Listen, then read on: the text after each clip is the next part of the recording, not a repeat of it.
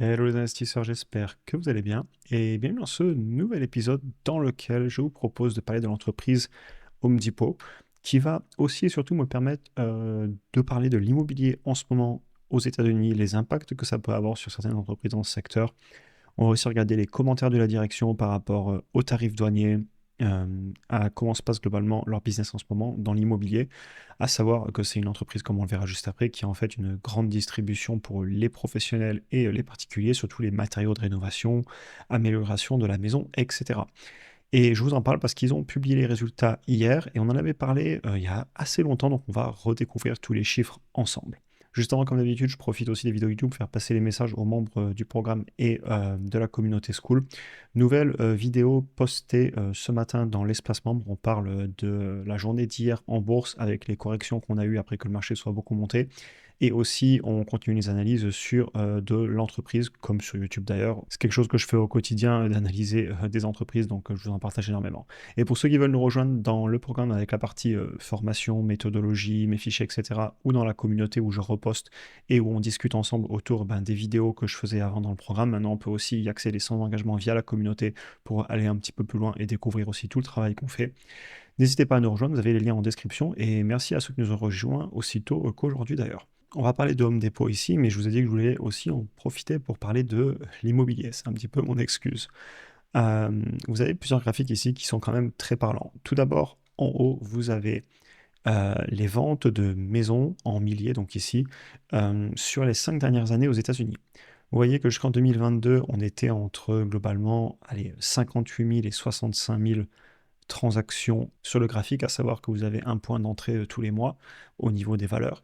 Et à partir de 2022, et donc la hausse des taux, vous vous en rappelez, les ventes se sont écroulées et aujourd'hui on stagne de plutôt à 40 000.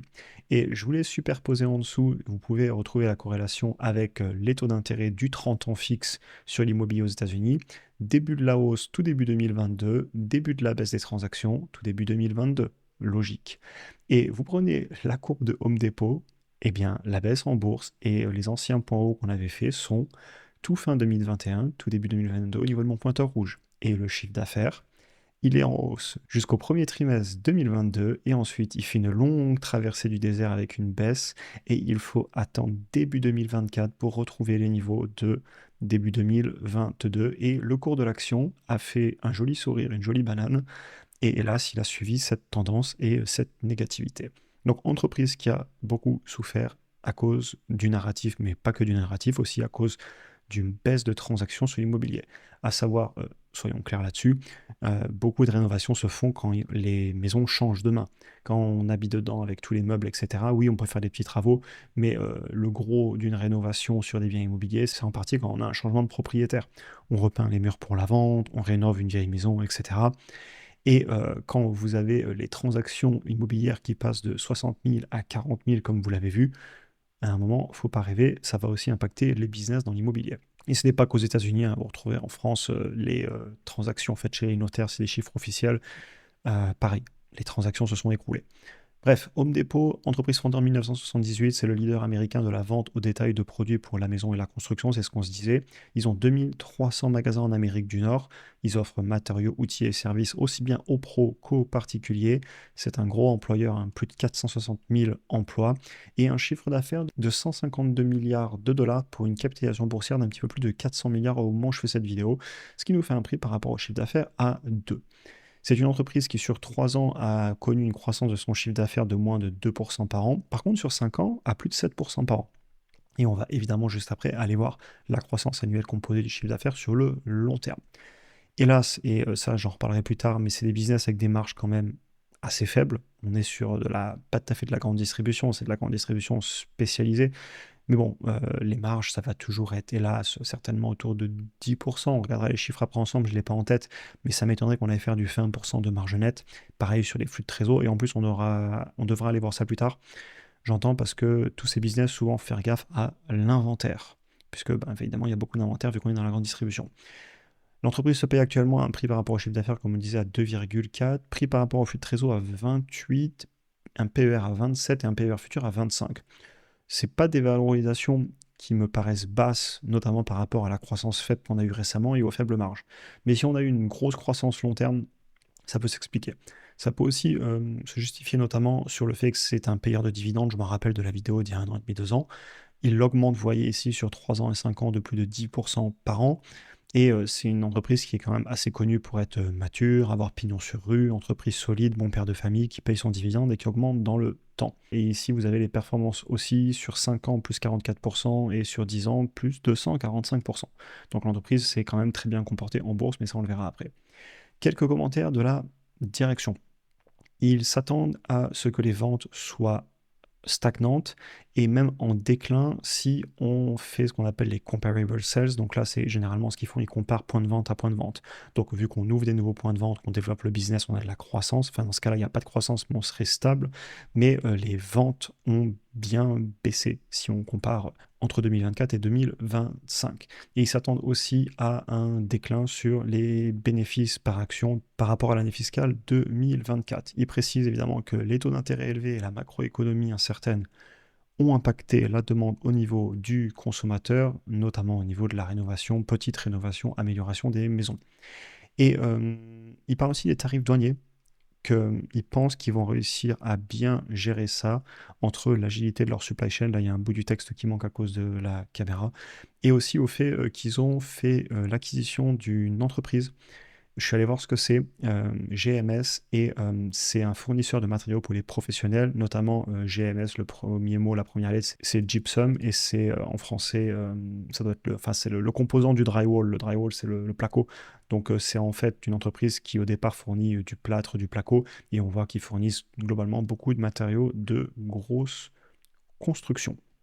Et ils ont été acquis par Home Depot, et je pense que ça les aidera sur les tarifs douaniers, notamment parce qu'il doit y avoir de la production en local, parce que le placo c'est souvent quelque chose quand même qui est fabriqué en local vu que c'est lourd à transporter. Même principe pour le ciment, pour l'eau, etc. Maintenant, la question que je voudrais me poser, qu'on va aller voir ensemble dans les chiffres avant que je fasse ma conclusion, que je n'ai pas tapé en amont comme souvent sur ces vidéos, euh, s'il y a des difficultés court terme, et ils en parlent eux-mêmes, pourquoi le titre est-il remonté en bourse, en train de revenir sur des plus hauts historiques? Est-ce qu'on a une anticipation de la reprise? Est-ce que les valorisations sont hautes ou basses en ce moment? Est-ce qu'on anticipe la baisse des taux d'intérêt? À savoir que les taux d'intérêt, personnellement, je pense qu'ils baisseront un jour, mais quand? Bien malin qui sait avec la Banque centrale américaine en ce moment. En tout cas, avant 2026, on n'a pas de changement de la direction, donc c'est très dur à prévoir, puisque jusqu'à maintenant, ils étaient plutôt très réticents à les baisser. Et donc voilà, l'avenir nous le dira. Sur le court terme, personnellement, je ne m'attends pas à grand-chose, mais c'est tout à fait possible que les marchés anticipent. Bien souvent, ils font ça. Alors, donc comme on se le disait, tout d'abord, on va aller en haut du compte de résultats. Alors, on va ouvrir une autre page. Ça, c'est quelque chose que j'avais dû construire pour une ancienne vidéo, puisque généralement, le logiciel se souvient de mes réglages d'avant. Donc on va aller voir Home Depot. Je vais essayer de vous le faire le plus en direct possible. Un, ça me facilite le montage, et deux, ça vous montre aussi mes réactions. Donc, écoutez, comme ça, j'aurais gardé l'autre page pour celui d'avant, vous voyez. Bref, allons voir notre chiffre d'affaires en haut du compte de résultats. Alors, sur le court terme, on a vu que ça avait stagné, voire même un peu baissé, et que ça repart. Maintenant, sur le long terme, c'est une entreprise, là, sur 10 ans, on fait presque 7% par an de croissance du chiffre d'affaires. Ce qui est déjà beaucoup mieux que les croissances très faibles qu'on a eues là depuis 2-3 ans. Et ce qui peut expliquer aussi les valorisations plus élevées. Notamment quand j'ai vu des PER et des prix par rapport au flux de trésor à plus de 20, si on a 2% de croissance, c'est compliqué. Et là, sur le très long terme, 6%, ouais, bon, en gros, c'est une entreprise qui vous fait du 6 à 8% de croissance par an sur le chiffre d'affaires, à peu près sur le long terme. Ok. Bon, les marges, on l'a dit, elles ne seront pas très élevées, hélas. C'est intrinsèque au business, pas trop de capacité à fixer les prix, parce qu'en face, il y a la concurrence. Vous avez Lowe's, qui est le concurrent de Home Depot, et évidemment que ça tire en partie les prix vers le bas. Pas autant que des Walmart et des Target, parce qu'on est un peu plus spécialisé, mais bon, on n'aura pas des très grosses marges quand même. Et ensuite, juste vous voulais rapidement, le nombre d'actions en circulation, il baisse tout doucement dans le temps, donc il ne dilue pas l'actionnariat. Je pense que régulièrement, ils doivent racheter des actions. Même pas mal d'actions, hein. Alors là, ils ont vachement ralenti récemment. Ils rachètent même pratiquement plus. Ils doivent peut-être plus pouvoir avec les flux de trésor. On va regarder ça après. Mais sur le long terme, c'est une entreprise qui a racheté beaucoup d'actions. Je le dis d'ores et déjà, mais on ira le voir plus tard. C'est une entreprise aussi qui paye du dividende, qui est connue pour ça, qui l'augmente chaque année de façon assez conséquente. Et on le sait déjà du coup. Ici, taux de distribution des flux de trésor. Ah ouais, quand même 60%, qui paient beaucoup de leur flux de trésor. On va aller regarder, surveiller ça, voir ce qui se passe avec la dette et tout. Par contre, voilà, sur le long terme, l'entreprise, elle est connue pour augmenter son dividende. Sur 10 ans, c'est de façon arbitraire logicialiste, mais sur 10 ans, l'entreprise fait mieux que le S&P 500 et sur 5 ans, le S&P 500 fait mieux. Donc voilà, sur le court terme, bah, en même temps, vu que l'immobilier, on a vachement souffert, logique que ça allait moins bien. Par contre, sur le long terme, elle, euh, elle performe, cette entreprise. Une très belle boîte, hein, je le savais. Historiquement, je sais que c'est une belle entreprise. Maintenant, bah, vu que j'avais déjà préparé le tableau de tout à l'heure, on va le réutiliser. Qu'est-ce qui se passe au niveau des cash flows, etc. Donc les flux de trésorerie disponibles sont positifs. Ils ont bien baissé récemment. Ok. Ils peuvent toujours payer leurs dividendes. Ah, on voit, vous voyez, ils ont vachement arrêté ou ralenti le rachat d'actions pour évidemment pas couper leurs dividendes, parce que s'ils coupaient leurs dividendes, cette entreprise, ce serait très compliqué, sachant qu'ils sont connus pour ça et qu'ils l'augmentent. Et au niveau de la dette, eh ben, ils ont l'air d'en avoir levé récemment. Ok. Alors, total cash, ben, vu que j'ai les réglages d'une ancienne vidéo qu'on avait fait dans la communauté, vous l'aurez aussi. J'ai bien mis les inventaires, j'ai bien la dette court terme et la dette long terme. Ok, regardons ça. Alors, c'est quoi ce qui est en marron là, qui est très haut? Oula, c'est la dette long terme. Ok. Ça fait très longtemps que j'ai pas regardé l'entreprise, hein, j'ai pas tout en tête, hein. Je le fais avec vous pour voyez ma réaction. Beaucoup d'inventaire, et ça c'est très important pour moi dans la grande distribution, et l'inventaire a baissé en 2023, il repart légèrement à la hausse, mais ce qui me plaît, c'est qu'il n'a pas explosé. Si l'inventaire avait explosé, je serais inquiet. Alors déjà, ça voudrait dire qu'au niveau de la trésorerie, ça devient compliqué pour eux. Je pense que cette boîte, ceux qui gèrent la trésorerie et les stocks, c'est un boulot que je leur laisse. J'ai connu des gens qui faisaient ça en supply chain, c'est un peu des fois à s'arracher les cheveux, on a des logiciels qui aident et tout, mais c'est pas des métiers simples. Et bien souvent, la survie de l'entreprise en dépend. Enfin, sur des telles boîtes, c'est hyper bien géré, hein. Ils sont pas seuls, hein, c'est des équipes entières. Mais c'est très important de bien gérer l'inventaire sur ces business, simplement parce qu'il y a beaucoup de stocks, hein, vu qu'on a des magasins, faut pas rêver. Alors oui, on paye à 90 jours, etc., pour fournisseurs d'ailleurs, mais il y a un moment quand même, le temps passe et il faut gérer les stocks. Bref, je reviens à mes moutons. Beaucoup de dettes long terme et la court terme n'est pas négligeable non plus. Elle a augmenté récemment, clairement. On peut toujours payer le dividende, on l'a vu, les taux de distribution autour de 60%, ce qui me fait quand même dire que je comprends qu'on ait arrêté de racheter des actions, parce qu'il y a un moment, les flux de trésor, regardez là, ils ont baissé, hein. On avait là 17 milliards en 12 mois glissants, on n'est plus qu'à 15. Le dividende a continué de monter, évidemment, cette entreprise augmente son dividende dans le temps. L'inventaire n'a pas spécialement baissé. Le cash a baissé, on a moins de cash. Et donc, globalement, là, si on voulait rembourser cette dette, bah, ça va prendre un paquet d'années. Après, on va pas trop s'inquiéter non plus, puisque la dette, bon, évidemment, elle est un peu utilisée pour le fonds de roulement, etc. Donc, il y a une bonne partie, en fait, c'est de la dette tampon pour gérer la trésorerie, j'imagine. Il y a aussi une partie qui doit être l'immobilier. Il faudrait aller voir s'ils possèdent l'immobilier ou si c'est des leases. Si vous faites une analyse complète, allez regarder ça, évidemment. Peut-être qu'ils le possèdent, ce serait intéressant de construire de l'immobilier en le faisant payer avec le free cash flow. Il y a beaucoup d'entreprises qui font ce genre de stratégie à étudier. Euh, Rien d'inquiétant du moment qu'ils peuvent toujours payer leurs dividendes. Historiquement, ils l'ont bien fait, donc peu de raisons de douter qu'ils n'arriveraient plus à le faire. Je pense que c'est une entreprise bien gérée, mais à surveiller, parce qu'on ne peut pas dire qu'il n'y a pas de dette. Mais si c'est de la dette pour construire du capital sur le long terme, etc., c'est pas quelque chose qui me choque, pardon, du moment qu'elle peut être gérée. Donc, qu'est-ce qu'on a dit? Et on va aller voir les valorisations. Entreprise qui paie un dividende, qui l'augmente, qui tient le S&P 500, qui a de la croissance, bon, 6-7% par an, c'est pas incroyable, mais c'est une entreprise qui brasse énormément d'argent. Vous avez vu, le chiffre d'affaires, il est à 150 milliards, on a dit, donc c'est quand même pas des petits chiffres d'affaires. Et même si vous n'avez pas des marges hyper élevées, euh, on va le rafficher, quand vous brassez autant d'argent, il y a un moment où vous sortez, vous avez vu le free cash flow, 15 milliards, 17 milliards, donc voilà, c'est un bon business, entre guillemets, bon père de famille, pour quelqu'un qui veut pas trop de vagues, quoique la volatilité en bourse, elle était là quand même, on l'a bien vu. Sur le long terme, on a une croissance raisonnable, on a des marges qui ont l'air assez stables d'ailleurs, hein. Si vous regardez, c'est quand même, ça je voulais pas afficher tout à l'heure, on peut se le faire maintenant que j'y pense. Regardez quand même, hein, la marge nette est plutôt stable dans le temps, avec une médiane à presque 10. La marge sur les flux de trésor est un peu moins stable d'ailleurs, je vais aller voir les CAPEX aussi. Les CAPEX sont stables, donc c'est le cash issu des opérations qui a pas mal varié, ok. Bref, on reste quand même sur une boîte qui a des médianes pas loin des 10% de marge, une croissance moyenne haute, elle n'est pas haute, on est quand même largement sous les 10% sur le long terme. Donc voilà, maintenant, combien va se payer ce business? C'est toute la question parce que il faut, pour moi, vu la stabilité et la bonne gestion, juste ne pas le payer trop cher. Et il peut tout à fait avoir sa place dans un portefeuille à dividendes croissants. Franchement, c'est une belle boîte, hein. Et je le savais un petit peu. Les prix. Alors, médiane historique sur le prix par rapport au chiffre d'affaires. J'aime bien d'abord regarder le haut du compte de résultat. Cette entreprise se paye un peu cher historiquement, et par contre, en 2023, elle se payait sur des points bas historiques, là, sur plus de 10 ans. La médiane est à 2,1, ça se paye 2,49 en ce moment, et ça s'est payé jusqu'à 1,60 sur les points bas qu'on va retrouver certainement ici. Vous voyez, on arrive sur des niveaux assez bas, et même à l'époque aussi. Donc je dirais que l'entreprise se paye cher historiquement, alors que ce n'était pas le cas en 2022-2023. Le narratif, hein, euh, beaucoup de gens spéculent que les taux vont baisser, que l'immobilier ne peut pas baisser pour toujours. La direction dit que le chiffre d'affaires va stagner, mais ils ne sont pas en train de dire qu'il va s'écrouler non plus. Donc certainement en fait que le narratif est positif en ce moment, et c'est reflété dans les valorisations. Et c'est pas forcément quelque chose qui me choque, parce que c'est une belle entreprise. Prix par rapport au flux de trésor 26, c'est quand même un peu haut à mon goût, hein, je vous le dis, hein. Les trois valos, en fait c'est parce que c'est mon style d'investissement par rapport à la croissance et aux marges que j'aime avoir sur mes entreprises. En effet, c'est un peu trop mature pour moi.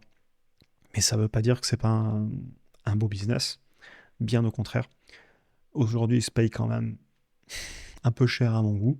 Mais il y a encore peu, il se payait beaucoup moins cher. Vous voyez, regardez, ça se payait 16 fois les flux de trésor, 18 fois les bénéfices pendant la baisse de 2023. Et c'était une période d'ailleurs où il y avait beaucoup de bonnes affaires. Rappelez-vous, tous les titres qu'on a achetés sur la chaîne vers fin 2022, début 2023. Vous savez, c'était le moment où Google était mort à cause de ChatGPT.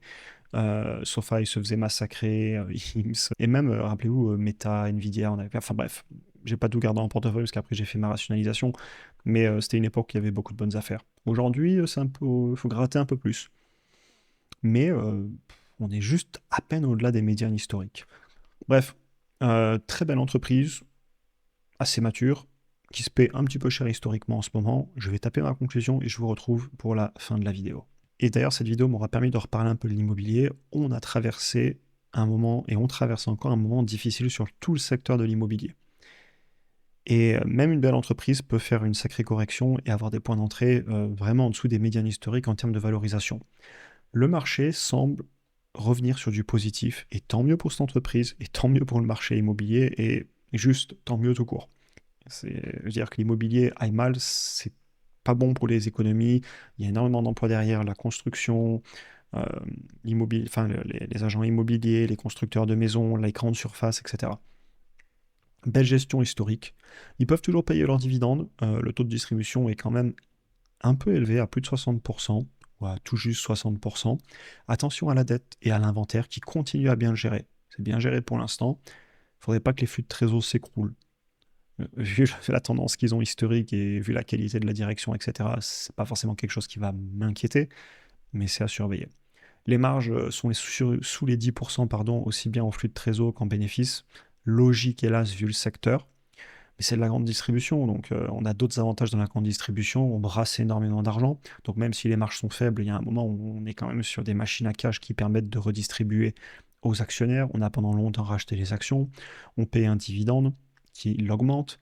C'est une entreprise en fait qui est tranquille, bien gérée. Elle a la place dans plein de personnes qui veulent ce type d'entreprise. Selon le profil, c'est pas forcément trop mon profil, ce que je vous dis juste après. Mais ça n'empêche que c'est une très belle boîte. Et si je pouvais tout acheter, ce qui n'est pas le cas, je ne peux pas tout rentrer en portefeuille. Et de toute façon, en plus, aller au S&P 500, regardez ici, ça c'est hyper intéressant pour ceux qui ont du S&P 500. On est à pas loin de. Enfin, on est à 0,7%. Donc ça pèse quand même numéro 21. Et de façon générale, si on peut choper cette entreprise sur une valo un peu plus basse, quand même à mon goût, je la trouve un peu élevée, mais encore une fois, est-ce qu'une valo un peu élevée dans 10 ans aura eu beaucoup d'impact? Oui, effectivement, vous ferez un petit peu moins de retour sur investissement que si vous la payez 15 fois le chiffre d'affaires ou 16 ou 17.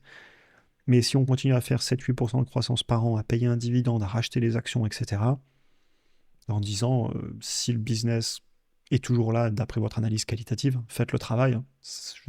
C'est très dur de prévoir sur le long terme les entreprises et il faut les suivre dans le temps. Mais ça ne me choque pas du tout. Donc voilà, c'est ce que je vous dis dans ma conclusion. Valorisation un peu plus haute qu'historiquement à mon goût et par rapport aux médianes. Le marché semble être dans l'optimisme et je le comprends, à l'inverse de 2022-2023, et c'est le cas sur plein d'autres entreprises que moi-même j'ai en portefeuille et que je peux plus acheter en ce moment alors que je les ai achetées il y a encore quelques mois ou quelques années. Et c'est pas grave, chacun à son tour. En ce moment, voilà, des belles boîtes que j'ai achetées il y a encore peu. Rappelez-vous, Amazon, Nvidia, pendant la baisse de avril. Les années d'avant, il y a eu beaucoup d'autres boîtes que j'avais achetées. J'ai tout partagé sur la chaîne, tout est enregistré. Ça, c'est la magie de YouTube. Et aujourd'hui, il y a d'autres titres à acheter. Donc voilà, selon les moments, c'est peut-être pas le bon moment pour celle-là. Mais si vous l'avez en portefeuille, je comprends que sur ces niveaux de valo, il n'y a pas de raison de vendre. C'est pas hyper surévalué. Et si on n'est pas encore rentré dessus, un petit repli peut devenir hyper intéressant selon vos analyses, hein. Chacun fera son analyse. C'est ce que je vous dis ici. Si on a un repli et qu'on repasse sous les médianes, à surveiller, même pour moi, hein. Si les valos s'écroulent vraiment, j'ai rien contre une bonne affaire. Faible croissance et marge, ce qui fait que c'est pas trop mon style.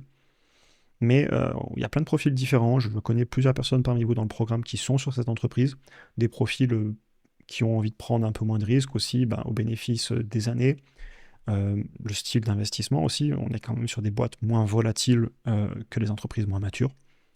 Très beau business que je connaissais, que je suis content de redécouvrir. Ça fait longtemps, la dernière fois qu'on en avait parlé, je crois que c'était en 2023. Donc il s'est passé des choses en 2 ans. Et toujours de la qualité. Ils ont passé un moment difficile. Et là, vous voyez les directions de qualité parce que moment difficile et ils ont géré.